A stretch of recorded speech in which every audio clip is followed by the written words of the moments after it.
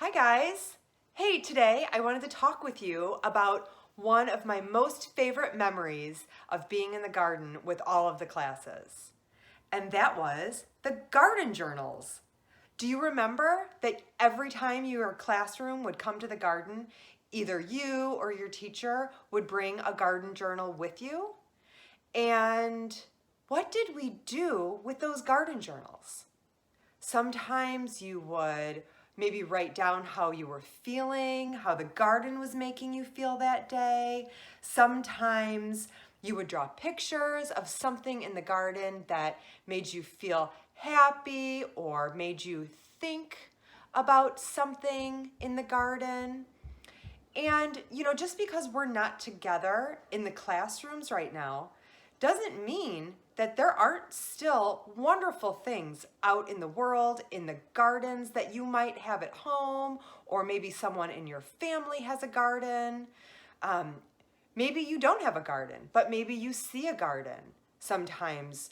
Maybe you walk around your neighborhood or a neighborhood with your friends or other family members and you see gardens or even just beautiful things in nature that make you stop and think.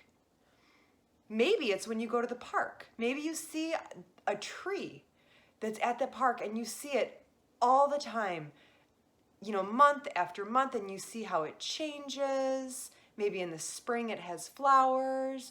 Maybe right now in the fall it's losing its leaves or its leaves are starting to change color. So all of those things are really wonderful observations that you can make. They're really easy. And you can save those memories in your head and you can use those to write down something in a garden journal or a nature journal. Let me show you what I did. So, I've created a garden journal. Can I tell you how easy this is to create? So I took a piece of green construction paper and on the inside, I just folded up some regular white paper and have it in there. That's a place that I can write. It's a place that I can draw.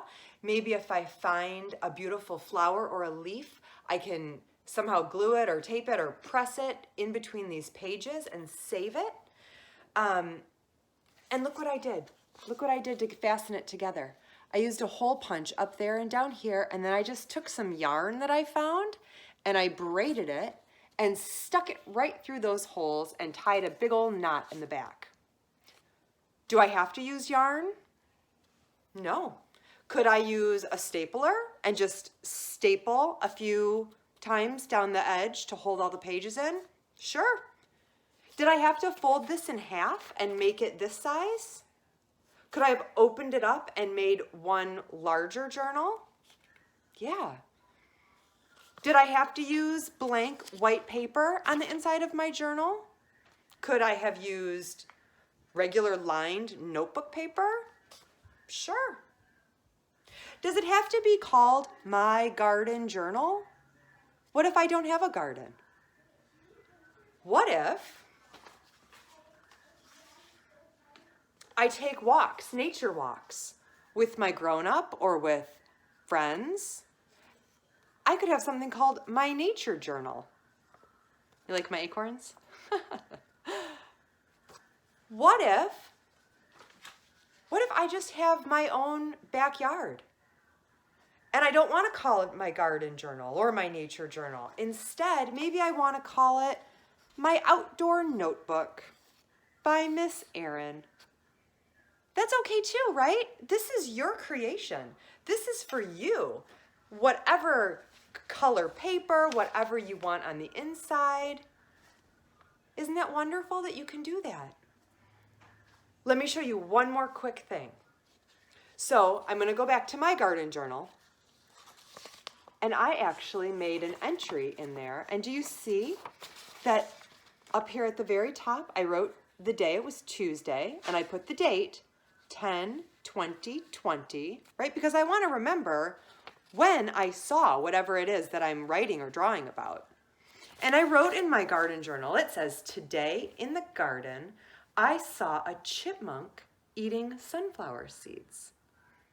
Did you see my sunflower video from a few weeks ago? Remember, I have those big sunflowers and now all the seeds are falling. And so chipmunks and birds and squirrels and all kinds of critters are in my yard. And I saw a chipmunk eating the sunflower seeds on Tuesday.